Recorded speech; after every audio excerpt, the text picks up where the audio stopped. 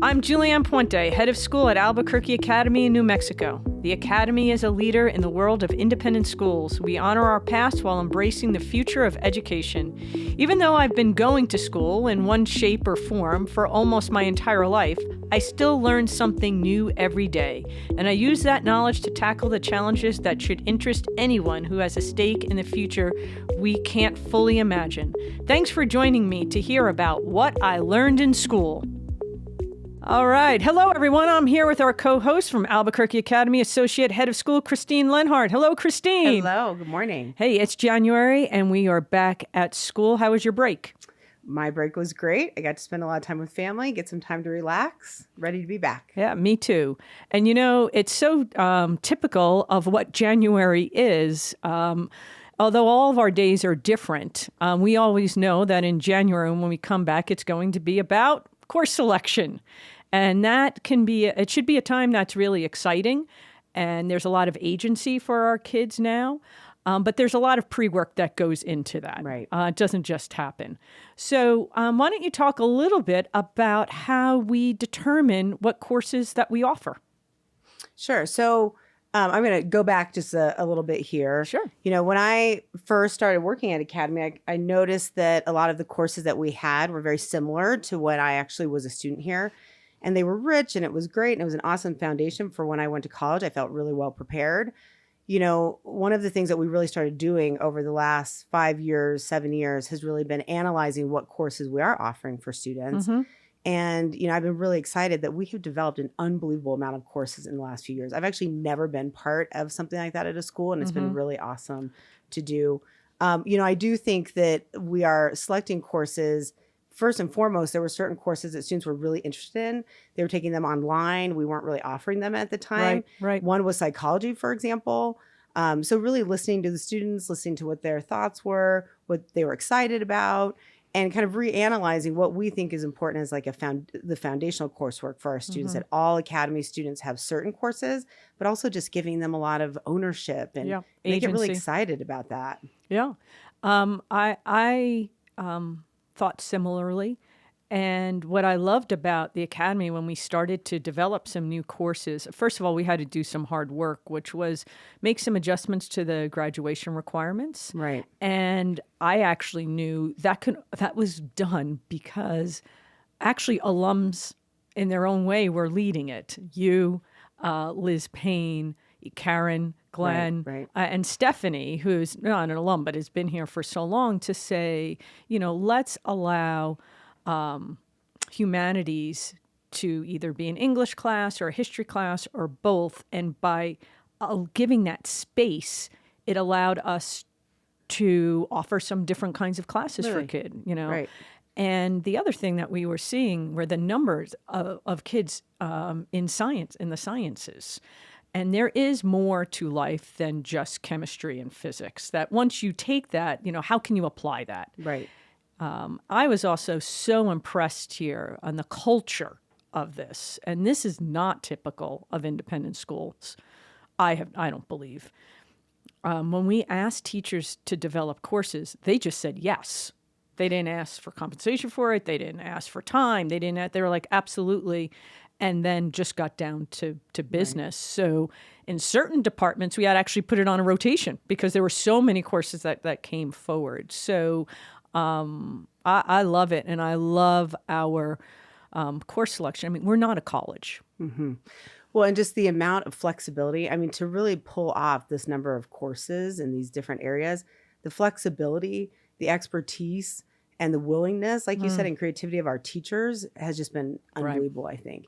And it's also interesting because so many of our teachers have different areas of expertise that I wasn't even aware of. Mm-hmm. You know, Bob Anderson comes from the engineering field, first of all. We have a group of lawyers that was their first career.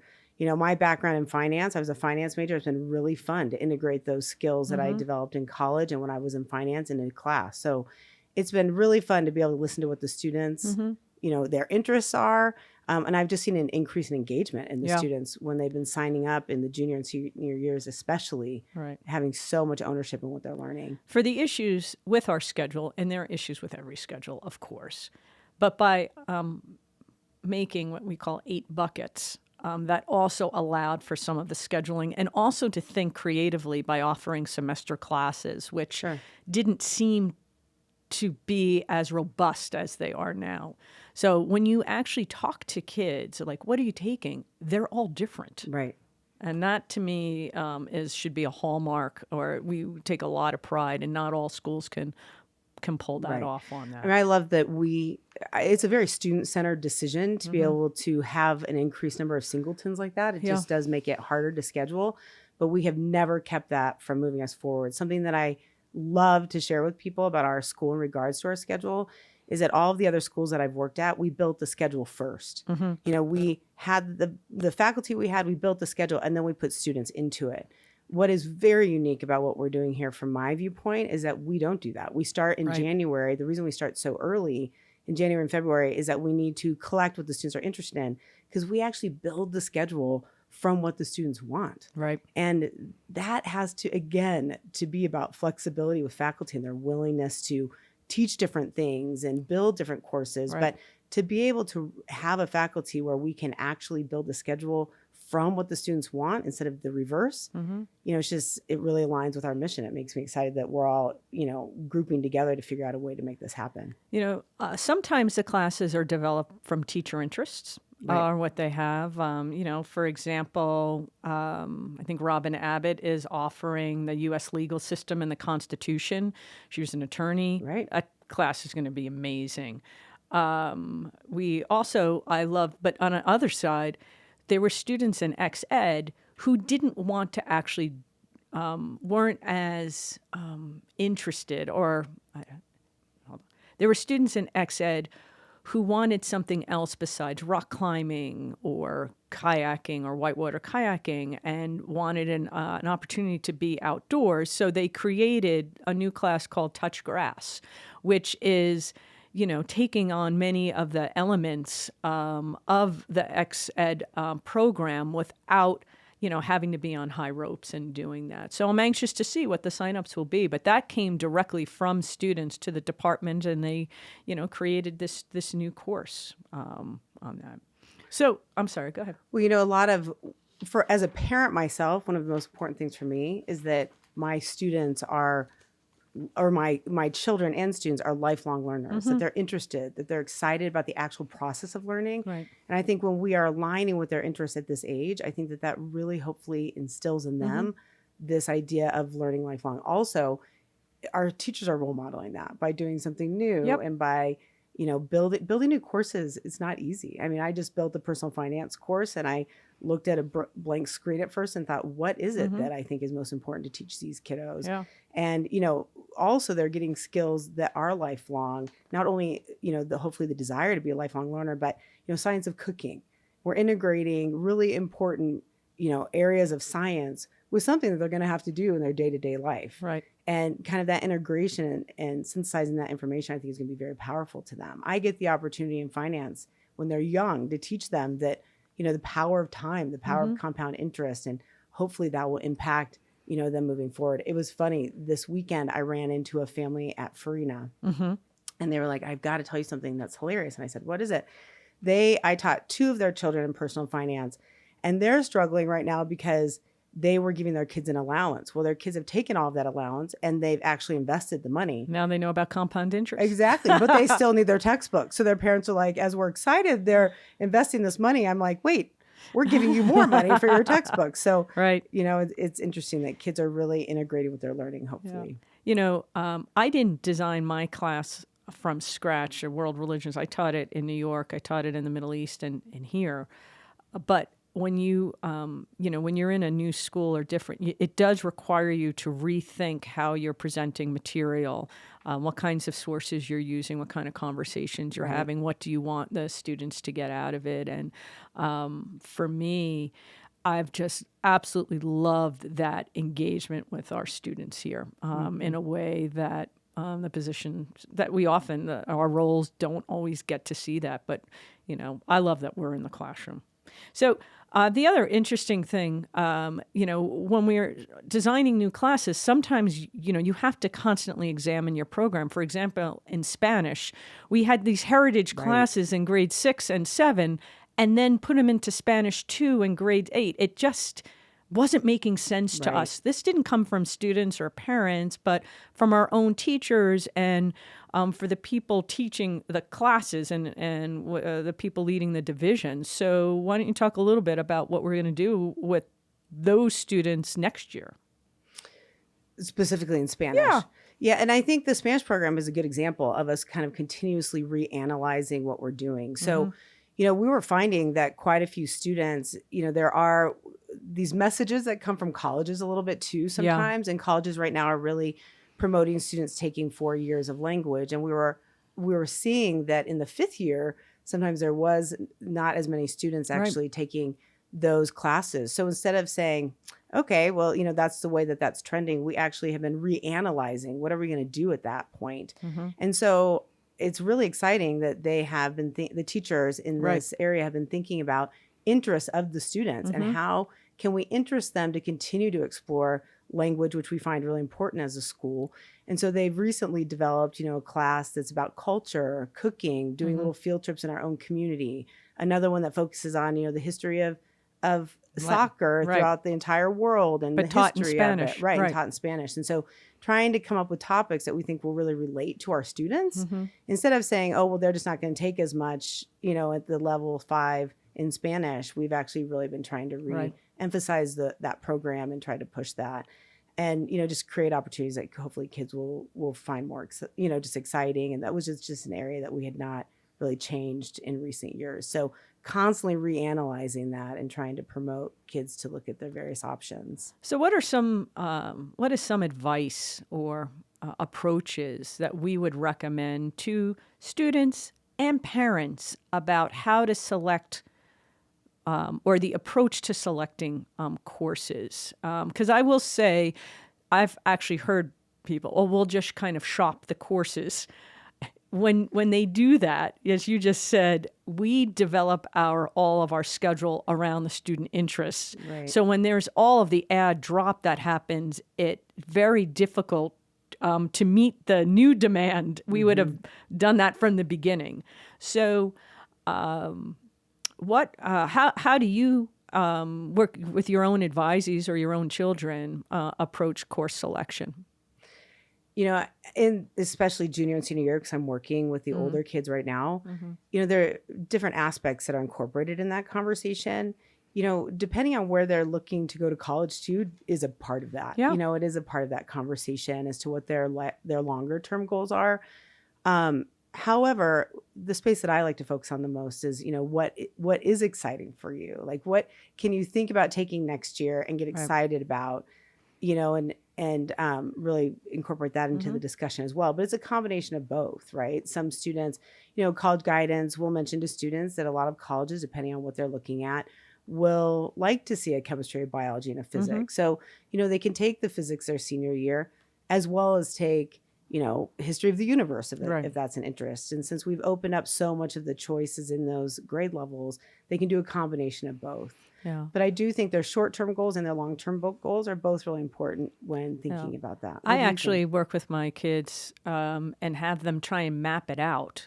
So really if I'm working with 7th graders or 8th graders, 9th graders, where would you like to be in your 12th grade year? It doesn't mean those are the courses you're going to take, but in order to take the Fly Lab or to be in a Fly Lab, you have to have taken certain bio and chem classes. So you need to schedule that out. And what kind of math or visual arts, all of those things, and then to have a plan with that moving forward. So I agree with your passion and interest in doing that. The other thing is, let's talk a little bit about APs and advanced classes. So I think there is, and I do understand, right? You want to take the hardest schedule you can and do well.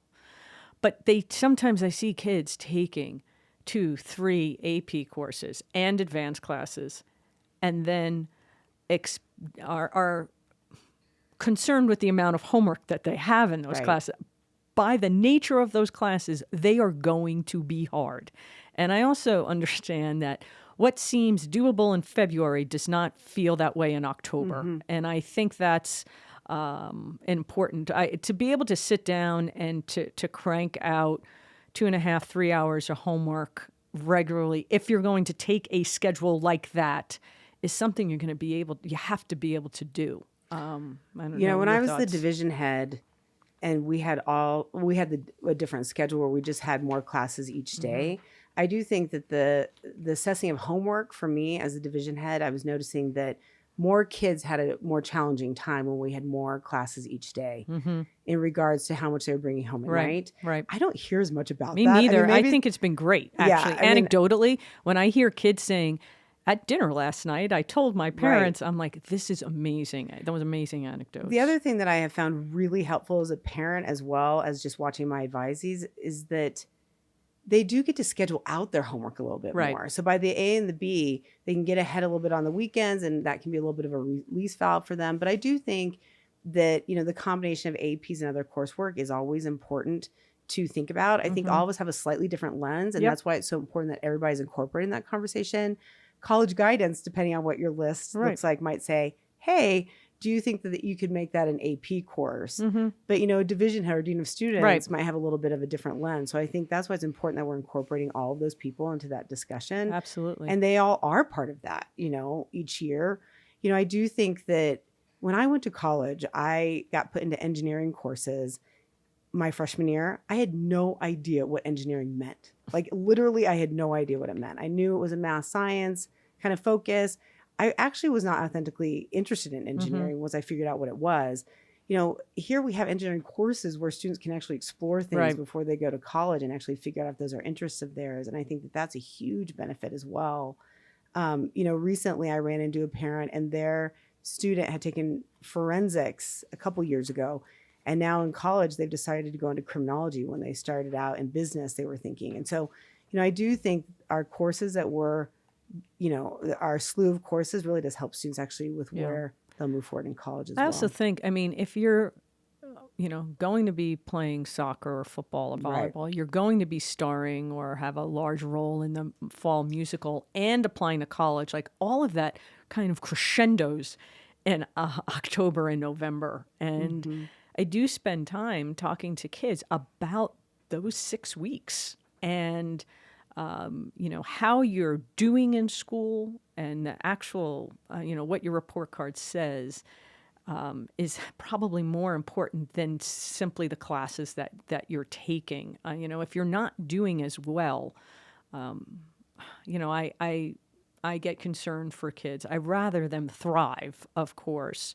And find that space to do just that. So, what about parents? How do we think they can help their kids? Because as you know better than I do, often kids don't listen to their parents. Sure. Sometimes it's the messenger. Right. So I always tell parents, use the advisor. Absolutely. And I call my advisees parents and I'm like, how can I help you with this? We developed a few years back that the meeting that we have in the evening to help parents understand what the courses are. We work here. We know what the courses are. We watch the development of them, kind of what the intensity is of the course, what the time commitment is. And so by reaching out to the advisor or the department chairs or the current teacher in that subject area, I really encourage parents to do that because it can just help them get more information in regards to what the courses are and what the loads are and kind of what the curriculum is. The curriculum guide too, we've worked a lot on, and I do think that has a lot of information that's helpful as well.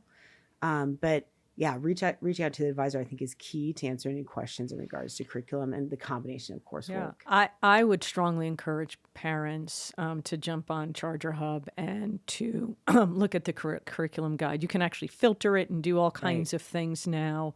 It's part of the reason why you send your kids to the academy. Absolutely. So I would also encourage parents to ask questions. And, there are experts here. This is what we do professionally and can offer some advice or pathways forward. Let's talk also about something that comes up every year. When kids are not placed in a course parents or kids feel they should be placed in. In regards to math? Probably math. Sometimes it's world language. Sure. Sometimes in the sciences. You know, I have found, we've been doing this a long time, when kids advance too quickly, if you look at the data overall, they tend to not stay on that trajectory in the long run. It's true. So I understand wanting to be challenged or the thought of that. And sometimes parents they take a look at what we do in the first 2 or 3 days of class and they know all of this. But we also know what's coming in weeks 3, 4, and 5. I would encourage parents to trust the school a little bit. We love our students too. It's not that we don't believe in them. We do try and place them where we feel they're going to be the most successful possible. I'm not saying we're perfect. And there are kids, some, that can do it. But I always ask why. You know, why do you have to take linear algebra as a sophomore? You know, you are going to college. Right. What can be hard for students is when, like you just mentioned, they do move a little quickly and then sometimes they need to move classes again. Right. And then it can be a little disconcerting. And there can be some gaps there. And so then we will work with them to try to get those gaps filled. But, you know, I do think that, and then that can create stress around a subject when they were finding a lot of success there. Yeah. So, you know, I do think that I love collaborating with parents about those courses when they feel one way and we're kind of assessing it differently just to figure out and work together to figure out, you know, what might be the best place for those students. You know, well, Christine, I'm really excited to work with my advisees and, of course, all of our students as we help them select courses for next year. I love talking to teachers about their interest and, of course, working with our department chairs to offer robust, interesting, engaging coursework as they learn how to think critically, to read, to write, to articulate their thoughts and their ideas. Yeah. I mean, it's fun to look. I find it interesting to look through the course guide. I would love to have the opportunity to take some of these courses myself, I have to say. But you know, it's exciting to see, you know, what courses the students are going to select this year, what new courses are going to continue to be developed. You know, like we've said already, I'm just so impressed by the creativity of our faculty. And so, every year, every season, I definitely look forward to it. And it's exciting to see what the students select and what their journey is. So to parents, I hope you go to the nights that we offer for parents in that way. Ask lots of questions.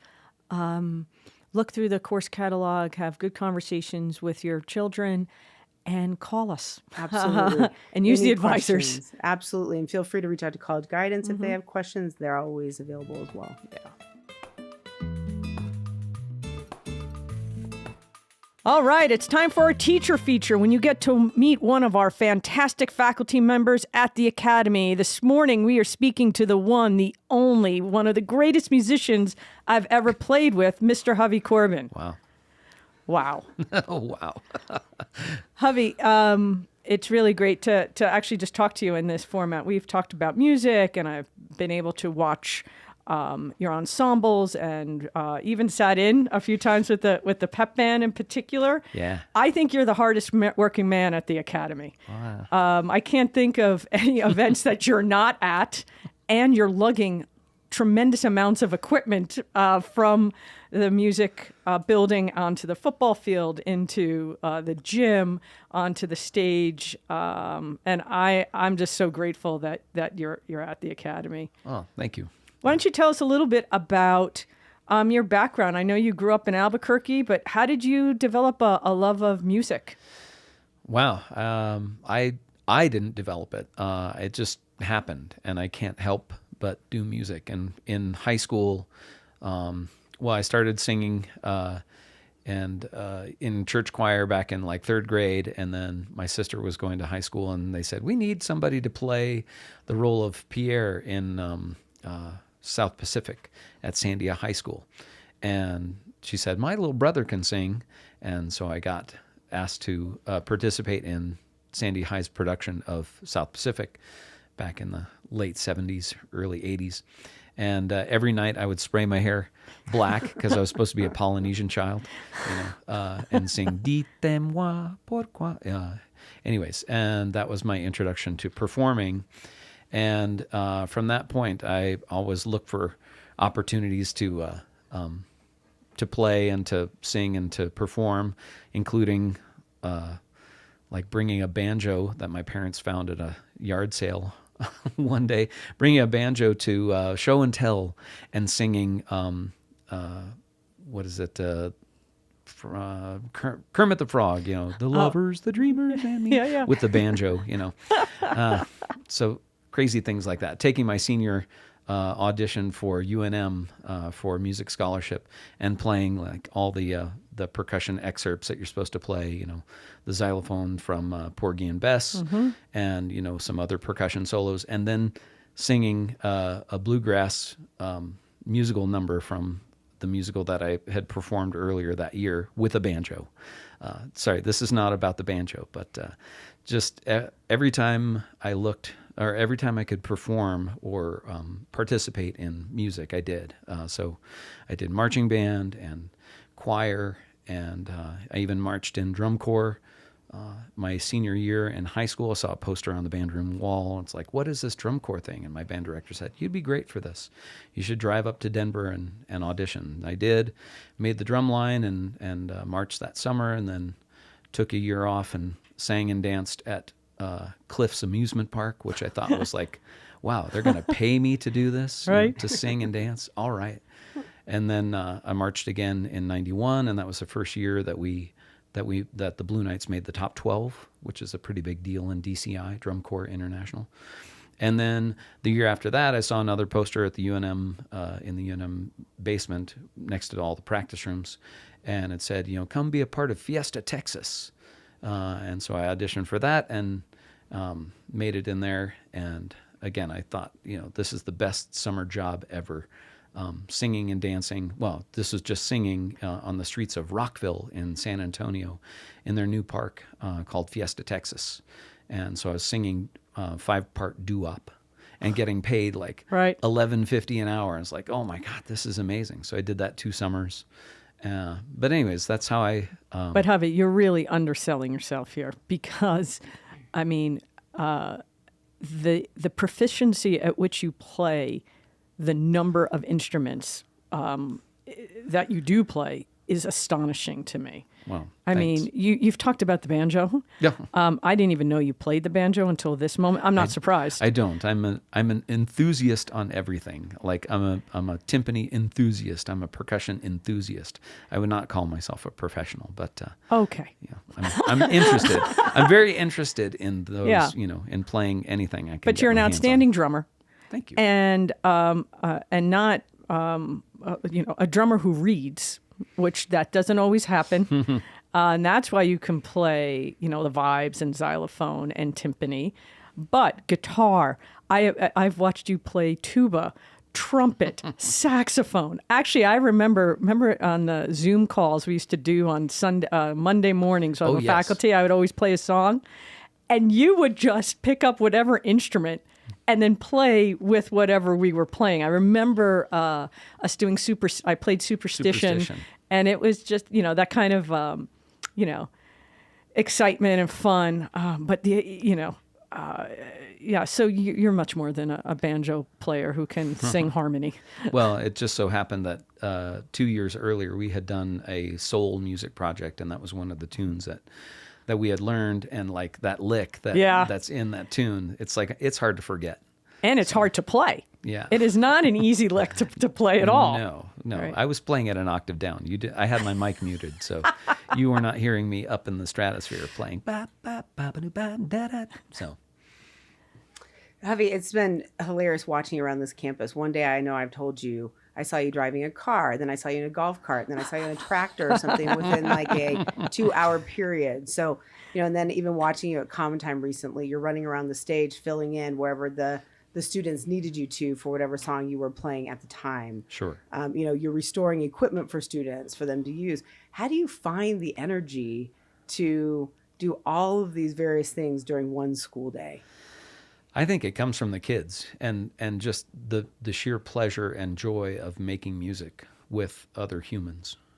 That's what really powers me and excites me, to get here at 7 a.m. to have, the extracurricular groups that we run, the middle school jazz band and the steel drum band. It's just the excitement of playing music with these students and bringing music to them and sharing in that opportunity. That's what, when I'm moving, dragging a cart of drumline equipment out to the football field, partially it's because I get here a little bit earlier than most of the kids. And so I'm like, in order to make this happen and make it a little bit easier for everyone and to have everything in place, for a real successful appearance of the pet band or the steel drum band or whatever, I feel like, I can do this part as long as they're, helping me out, bringing it all back. Right. That's the challenge. So. Well, and speaking of sharing music with other humans, I mean, one of my favorite moments on campus has been seeing you with your own family. Oh, right? Yeah. You actually, just recently at the division meeting I was just talking about, your wife was on stage. Yeah. Right? Filling in on the drums. Mm-hmm. I've seen you play with hubby Jr. What is it like in your house? Are you all always playing music together? No. I mean, we're always practicing something. There's always something on our studio practice stand that we're working towards, or somebody is practicing. And there are occasions, like, for example, when Wicked comes to town, that our entire living room has a 360-degree percussion set up because when they come to town, they hire a local percussionist. And my wife, Alexis, is the one who is hired to do that every time. Right. She's very talented. Oh, yeah. And so when she can come on stage, like last week at the Common Time performance, the divisional performance, and just sit in on drums, because we've been sharing steel drum music back and forth together for so long that she can just kind of jump in and do that kind of thing. So When it was interesting during COVID, Javi Jr. actually helped us with a guitar, or a drum set at our own house. Oh, right. And, it was just the love that he has for instruments as well was just so apparent at that time. Yeah. And then finished out by jamming on a guitar, which still is just such a moment that I remember so clearly and my own kids still speak of. So, it's just, you've clearly instilled that love of music in your own illness family as well. One of the first people I really worked with at the academy was you. Oh, when I got the job, I came back and I did the 3-day visit, and Stephanie was in charge of that, and she said, "Listen, one of our music teachers was wondering if you would play with the steel drum band when you came back," and I said, I remember the email. And I was like, oh my God, I do not play steel drums. And I wrote that, and she wrote back. He said, no problem. You could play timbales or whatever you want. And I'm like, okay. And that was what I was most nervous about the entire time. I had meeting after meeting, but that was what I was concerned about. I hadn't really played in that way. So I rented studio time in Manhattan over winter break. Wow. For like 3 or 4 days for a couple hours. I had no chops, and came back, and my dad called me right after. He knew what the time was, and he said, "How did it go?" And I said, "It went okay." Yeah. But I also remember looking in Sims, and it was packed. It was supposed to just be an 8-9 assembly, but the whole back end was packed. But you were so warm and welcoming and made me feel so comfortable. And I was like, if you were doing that, for an outsider, how lucky are those kids every single day? So I think I've thanked you for that, but I want to, say it in this form as well. Thanks for sitting in with us. I remember that performance being like really terrific. Yeah. Well, talk about a way to introduce yourself to, Exactly. to everyone. How did you find the academy? Like, how did you land here? Okay, so this is a crazy story. So back in 1992, must have been 1990. I was a freshman at UNM, and we would spend all the time in the basement of Popejoy, in the practice rooms. And as percussionists, we couldn't really necessarily take an entire marimba home or a drum set or timpani, and so we had to practice there in the building. And so we spent a lot of time there. So one night I'm there kind of late, and I hear this noise coming. Well, this music coming from one of the large rehearsal rooms, and like poke my head in there, and it's this rock band, and it was like people from the percussion studio that I recognized, and an entire class, and it's a new music of today class taught by none other than John Truitt. And he had as special guest this new rock band, and they were called Scumbag. And so, and the music they were playing was hilarious. It was like Frank Zappa meets Weird Al Yankovic, and it was just hilarious and truly artistic. They were playing these amazing tight licks, and my face hurt after that performance. And I started asking. It was like John Bartlett, and John Truitt. John Bartlett was the leader of the band, and I knew John Bartlett from the studio. From the percussion studio, and I started asking, like, what is this band? Yeah, we're called Scumbag, with the umlaut and 2 A's to be very, fancy, heavy music people, like German. And it was just hilarious. So I started like coming over to their house, and I actually own that house now. Crazy. Oh my gosh, I bought that house. The house that Scumbag was born in. And I can't wait. That has to stay in. All right, just so we're clear.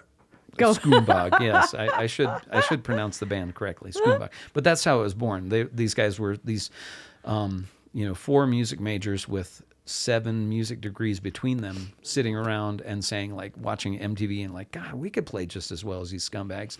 Scumbag! And glasses clinked, and the band was born. And so I saw this, and John Truitt was there. And so I kind of added myself to the band because I got a recording, and there was some glockenspiel on a couple of the numbers. And because that's what it's known for, a rock band is glockenspiel. That's right. Well, right. Heavy metal, yes. 21st century heavy metal vaudeville. Of course. Yes. And so I learned all the parts, and I started showing up to rehearsal, like with the little set of bells that I had got. And so pretty pretty soon they just added me to the band, and I started getting my own licks and doubling parts. And then we went into the recording studio to make our first album, Music is the Enemy. And in that, we needed a bass clarinet and tenor saxophone solo, and John Truitt stepped into the recording studio, and he and I met for the first time. He said, "Yeah, I've heard a lot about you." And how old were you about this time? I was, I would have been 21. Mm-hmm. And I was going through undergrad, double majoring in vocal performance and music education. And John Truitt said, "Hey, when you get to student teaching, can you ask them to come and work at Academy? That's where I'm teaching." It must have been 92, because that's when John Truitt came back, 92, 93. Mm-hmm. And so I did that my senior year, my 6th year at UNM, because I was double majoring. It took a little extra time. I asked my teachers there, my advisors at UNM, if I could student teach at Academy, and they said, well, only if you do some elementary school teaching at Dennis Chavis. And so I did that with some really great mentors there. But then I would come here and do the rest of my day student teaching at Academy. And Bob Bobinet at the time was head of school. And at the end of that year, I don't know if you know John Truitt. He is a Pied Piper of music. Yes. And the program was just exploding at that time. Right. We had 85 kids in the intermediate middle school band, and right. 70 beginners, and guitar is taken off, and they were making plans to build a new building because it just couldn't house, Sims facility couldn't house the number of students that were participating. And Bob Bobinet called me into the office, and he said, "Hey, next year, would you like to work here?" I was like, "What? Do this and get paid?" Okay. Sounds amazing. And it was. John Truitt was an incredible mentor, and so I started in '95. Apparently, you guys have a real preference for the class of '95 here at Academy, because that's when Adam Kedge started working here too. All right. So that was '95, and That's a good hiring year. Yeah, it was a great year. Yeah, Stu Lipkowitz, Jen Routman. Nice. Yeah, some great teachers, and then there's me. So what do you stop? So what do you what is the vision you have for the music program here? What are some things you'd like to see us explore or grow, or what are you proud of? Your general thoughts. I'm proud of the engagement that the students have. Like when I see them, when I hear them play, when I watch them rehearse, like they come in that door, the band room door, like ready to go. Yeah. I mean, sometimes they'll be, very concerned about, maybe an AP class, a test that's coming up, maybe some other issues. Maybe they're really, really tired because of, they had like a state soccer match over the weekend, and it was really intense. Those kinds of things. But when they're in the seats and their instruments in their hand, they're ready to engage. And that is really exciting to me, and I want to feed that. So that's a real goal for me personally, is making sure that I match that level of intensity and engagement when I'm on the podium and when I'm moving around the band room, when I'm selecting literature for them. Always trying to put it just outside of their reach to allow them to stretch themselves as an ensemble. Yeah. Well, you do a phenomenal job with that, and you're irreplaceable. And we're just so grateful that you're here, and I love listening to you play and the ease at which you make it appear. And I also know that does not happen without hours and hours and hours of practice. So you inspire the kids, and you certainly inspire me on that. Well, thanks. I hope to do that for the kids especially. So that's very important. We have a little thing we call lightning round. Lightning round. Okay, I'm going to ask you a couple of pairs. You tell me how you get. You tell me your answer. You ready? Yes. Red or green? Oh, red. Why is that? Oh, red is the best. That is an obvious answer. That is so it not. It has intense flavor, and I don't know. I agree Just with you. really prefer red on everything, including the relleno. Huh. This is my order at Los Cuates. Nice. Frank's combination, chicken taco, red on everything, including the relleno. Oh, I love green. Chopped green on any and everything. Oh, wow. I didn't know where it has been in my life until I got to New Mexico, but it will always be in my life moving forward on that. Sure. All right. Coffee or tea? Coffee. And how is that order? Well, I've been trying to do the low carb thing for a long, long time. So like just a little bit of heavy cream. So You almost sound like with the specific order of your Raniel. I loved, and I thought that was what the coffee order was going to be on that. All right, here's a better one: electric or acoustic? Ooh, electric. Yeah, me too. Yeah. Although I always end up playing acoustic on that. Okay, best thing on the Academy lunch menu. Oh wow, the what is it? The carne adobada. Oh, nice. It's delicious. It is it is good.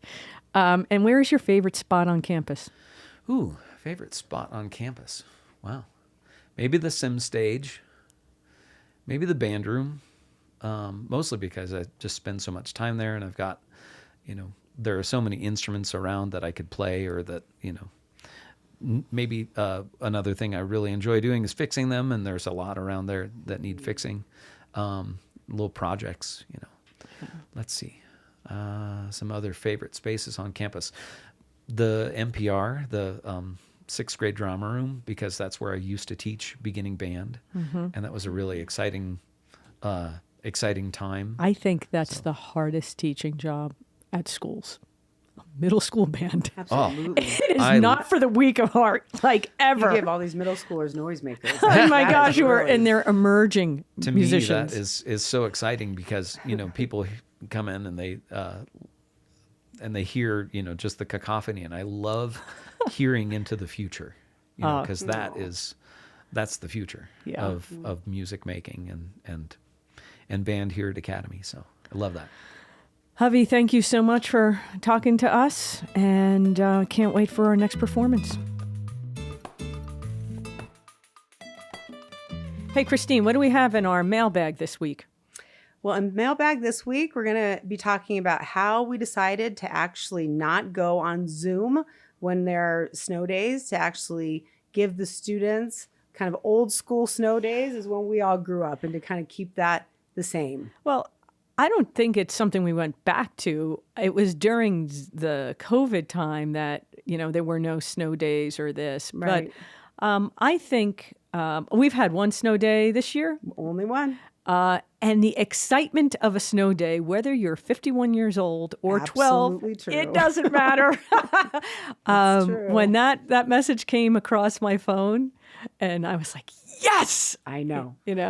I envision a hot cocoa, a fireplace, and just staying in pajamas. It's the best. So I think at a school like ours, to have a little bit of fun or whimsy and to have a day off unexpectedly because of weather is normal fun and something we wanted to keep. Now, if we Absolutely. had 2 weeks or week, yes, different. we could use, what's the word we don't like, pivot, and to do that. But also, I think people think it's really easy when these schools are like, oh, we just moved to Zoom. I'm like, that's not as easy as I think people think, and Right. to get kids on and the links and who doesn't have Wi-Fi if there's a storm. I mean, that snow day Right. that we had this year, we were going to move. We had board meetings that morning. We canceled them because half of all the West Side didn't have Wi-Fi yeah. and Oh, Wi-Fi. yeah, So I think we'd be fine here. And if we had to ever go back to that, which I pray we never do, we would figure that out. There's also just a fun energy around snow days. The best. So you and I are both part of the team that kind of makes that call. We align with Yeah. APS, but all during those times, you see any snow in the air, and students are running up to us asking if it's a possible snow day, and the chatter that happens around all of the kids is always really hilarious and fun. I'll get emails from students, trying to Lobbying. joke around about it should be a snow day, and so. Yeah, I think that the energy around snow days would not be something that I would like us to see go away. It's only 1 or 2 days a year, like you indicated before. And, you see I saw some of our students on the snow day outside throwing snowballs at each Yeah. other, building really short snow because there wasn't that much snow. But I really remember fun. at my first school, we lived there, and they had big hills, and they called a snow day the night before. So it may have been like 11:30 or midnight, and the faculty, we went out sledding, and right by the head of school's house, and he heard this like ruckus, and security came out, and then they realized it was their own faculty That's so funny. that was sledding. So I would want that for Me everybody too. else Me too. too. All right. Thank you, Christine, for your conversation today about Absolutely. course It's great selection. talking to you. And I'm sure we'll continue our conversation in our office. Exactly. But I'm glad that we were able to talk about our array of courses and that are available to Academy students. And I also want to give a special thanks to our special guest, Javi Corbin. I feel so fortunate to be part of a team that cares so deeply about education. So until next time, You got it. Have a great day. I hope to learn more in school.